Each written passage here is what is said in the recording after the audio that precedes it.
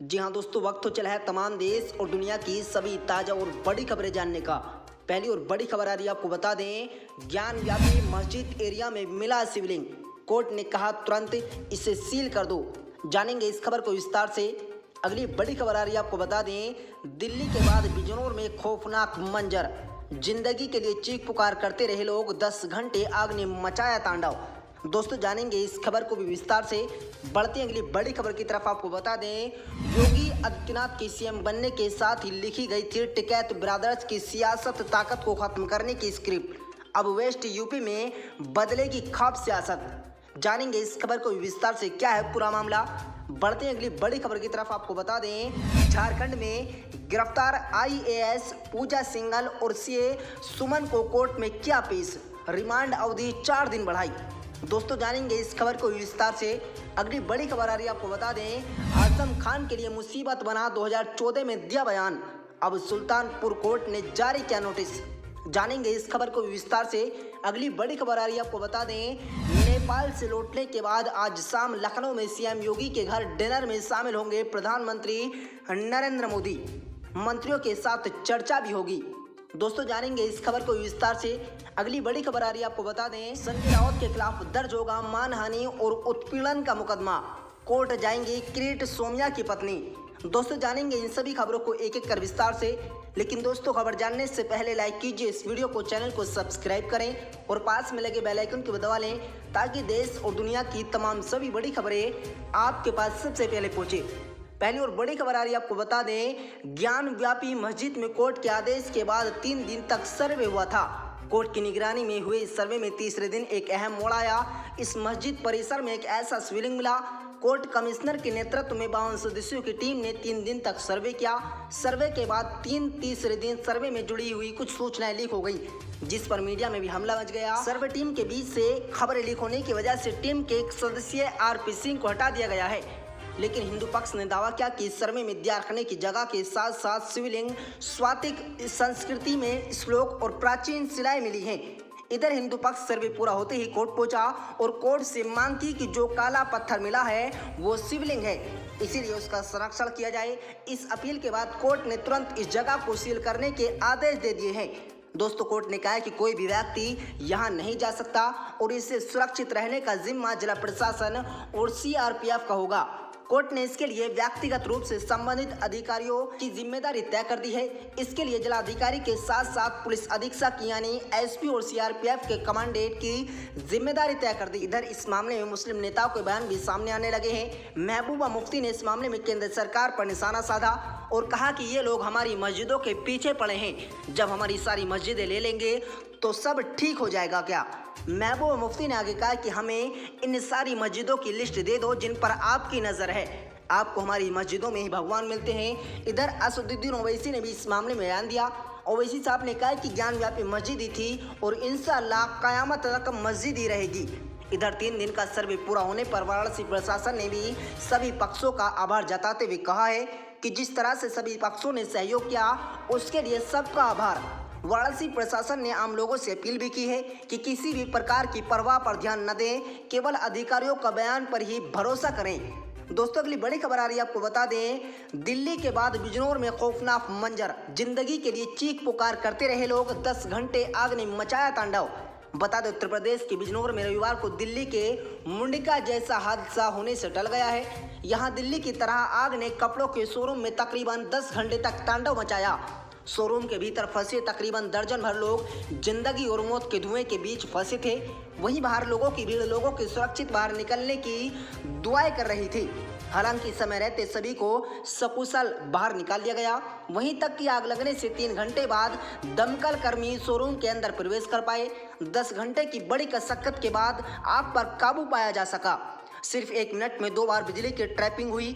30 second तक बिजली गुल रही। शोरूम की बिजली इन्वर्टर मोड पर नहीं आ सकी। दोनों ही बार अंधेरा छा गया। दोनों ट्रैपिंग के बाद बिजली लौटी तो ट्रायल रूम की तरफ फॉल्ट हुआ, जिस पर आग लग गई। एक कर्मचारी ने चिल्लाने की आवाज में अनाउंसमेंट किया और बोले, मैनेजर सर तुरंत लेडीज ट्रायल रूम में पास आओ। यहाँ वाकया खरीदारी के लिए एक पास प्रवीण कुमार शर्मा ने बताया था। दोस्तों नई बस्ती के रहने वाले प्रवीण कुमार शर्मा पत्नी गरिमा शर्मा और बेटी आहना तथा साहनी के साथ 11 बजे कपड़े खरीदने के लिए ड्रेसिंग के शोरूम में गए थे। उन्होंने बताया कि बच्चों के कपड़े सब पसंद कर लिए थे। उनकी पत्नी कुर्ती पसंद कर रही थी, तभी अनाउंसमेंट हुआ और तेज आवाज में धुआं उठते ही दोनों अपनी दोनों बेटियों के तलाश और बाहर निकल आए। बताया कि शोरूम के कर्मचारी ने बहुत सहयोग किया है। जो लोग कपड़ा ले चुके थे उनके पैसे भी नहीं लिए। बताया कि दोनों महिलाएं उसके साथ भी कपड़े पसंद करने लगी थी, जिन्हें धक्के देकर बाहर निकाल दिया गया था।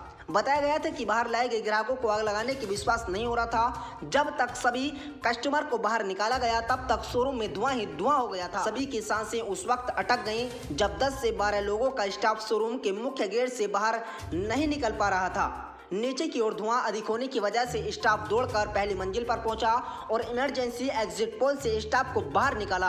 अभी तक आग को बुझाने का प्रयास किया गया है। दोस्तों के लिए बड़ी खबर आ रही है, आपको बता दें योगी आदित्यनाथ के सीएम बनने के साथ ही लिखी गई थी टिकैत ब्रदर्स की सियासत खत्म करने की स्क्रिप्ट। अब वेस्ट यूपी में बदलेगी खौफ सियासत। बता दें उत्तर प्रदेश विधानसभा के परिणाम 10 मार्च को आने वाले थे और सबकी नजरें टीवी के स्क्रीन पर लगी थी।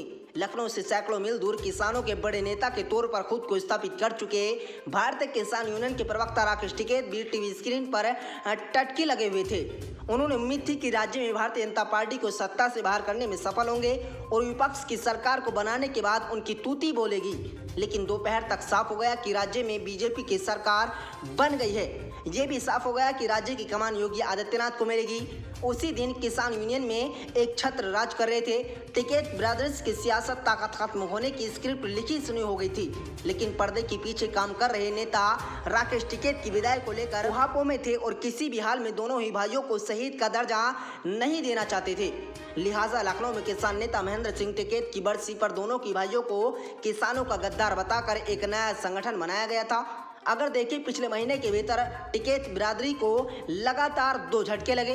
पहला राज्य में भारतीय जनता पार्टी की सरकार बनना और दूसरा भारतीय किसान यूनियन का दूसरा संगठन बनना। जाहिर है कि दूसरा गुट बनने के साथ दोनों ही भाई भले कुछ दावे कर रहे हों, लेकिन सच्चाई है कि इससे टिकैत भाइयों की सियासत ताकत कम हो गई और उनके दामन में भी दाग लग गया। असल में राजेंद्र सिंह मलिक की अध्यक्षता और किसान यूनियन नेता अनिल तालान की अगुवाई में भारतीय किसान यूनियन का नया संगठन बनाया गया। लखनऊ में भारतीय किसान यूनियन अराजनीतिक का गठन किया गया और उसका नया अध्यक्ष राजेश सिंह चौहान को बना दिया गया, जिनकी बीजेपी के साथ करीबी मानी जाती है। अध्यक्ष बनने के बाद राजेश चौहान ने बताया कि भारतीय किसान यूनियन अपने किसानों के बुनियादी मुद्दों से भटक गए हैं और अब राजनीति कर रहे हैं। उन्होंने संगठन में हो रही राजनीति के लिए राकेश टिकैत और नरेश टिकैत को जिम्मेदार बताया। उन्होंने साफ तौर से कहा कि वे किसान नेता और किसान यूनियन के संस्थापक महेंद्र सिंह टिकैत के रास्ते पर चलेंगे। यानी चौहान ने साफ कर दिया कि वे यूनियन और महेंद्र सिंह टिकैत के उत्तराधिकारी हैं। राकेश टिकैत और नरेश टिकैत को संगठन से बाहर करने के बाद उनके विरोधियों ने कहा है कि दोनों ही सियासी दलों के मोहरा बने हुए थे और संगठन में राजनीति कर रहे थे। गौरतलब है कि किसान आंदोलन के दौरान राकेश टिकैत और नरेश टिकैत लगातार बीजेपी सरकार पर हमला करते रहे थे, यहाँ तक कि उन्होंने बीजेपी के विरोधी दलों के लिए चुनाव प्रचार भी किया। इसके कारण संगठन में एक बड़ा नाराज हुआ। राकेश टिकैत किसान यूनियन के साथ विपक्ष का चेहरा बन गए थे और चुनाव के दौरान वे किसानों के साथ साथ ईवीएम के मुद्दे को उठाते रहे। चुनाव के दौरान राकेश टिकैत खुलेआम बीजेपी का विरोध कर रहे थे और अब मोदी सरकार ने कृषि कानूनों को वापस लेने का फैसला किया था तो उन्होंने बीजेपी के खिलाफ मोर्चा खोल दिया था। बैकडोर से राकेश टिकैत ब्रादरी अखिलेश यादव और जयंत चौधरी को सपोर्ट कर रहे थे। राज्य में 10 मार्च को विधानसभा चुनाव के नतीजे आने के साथ ही राकेश टिकैत के खिलाफ भारतीय किसान यूनियन में बगावत हो गई थी। हालांकि ये भी पहले तय माना जा रहा था कि बीजेपी के जीतने के बाद राज्य में टिकैत बिरादरी को मुश्किलें बढ़ जाएंगी। लिहाजा बीजेपी की सरकार बनने के बाद टिकैत बिरादरी के तीखे तेवर नरम हो गए थे। 10 मार्च के बाद बगावत में राजेंद्र सिंह मलिक की अहम भूमिका थी, क्योंकि मलिक के बीजेपी के साथ अच्छे संबंध हैं और वे राकेश टिकैत के फैसले का विरोध करते रहे। दोस्तों अगली बड़ी खबर आ रही है, आपको बता दें गिरफ्तार IAS पूजा सिंघल और CA सुमन को कोर्ट में किया गया पेश। रिमांड अवधि 4 दिन बढ़ाई।